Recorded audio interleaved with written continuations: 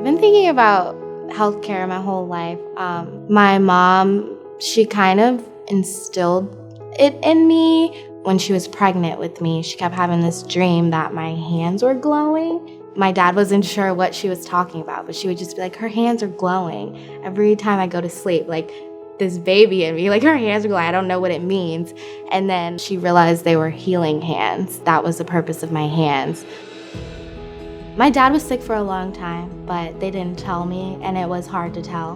But once I started high school, I started to notice, his color was different, and he looked sick. He couldn't work anymore, and I would come home from school and take his vitals. I had like a little journal of everything I would do for him. He would call me his little healer and tell me that my mom's dream was right and that I do have healing hands.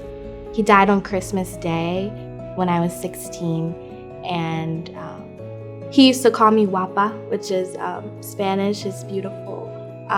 So I just picture him saying, Guapa, keep going, like, this is you, like, these are your hands, you're supposed to heal people, like, keep studying.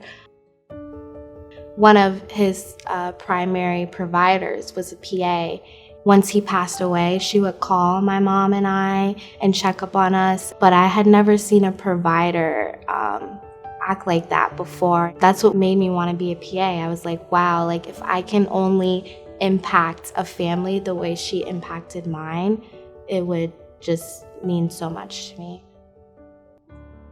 In 2021, I received a Thomas M. and Angela Taylor Health Profession Scholarship that covered all of my tuition for 2 years. It makes me feel like this is my purpose. Like God is telling me that you are where you're supposed to be, and I'm showing you that with this blessing. And now you can focus on being the best PA you can be, and you don't have to worry about your debt. That's, impending debt over your head.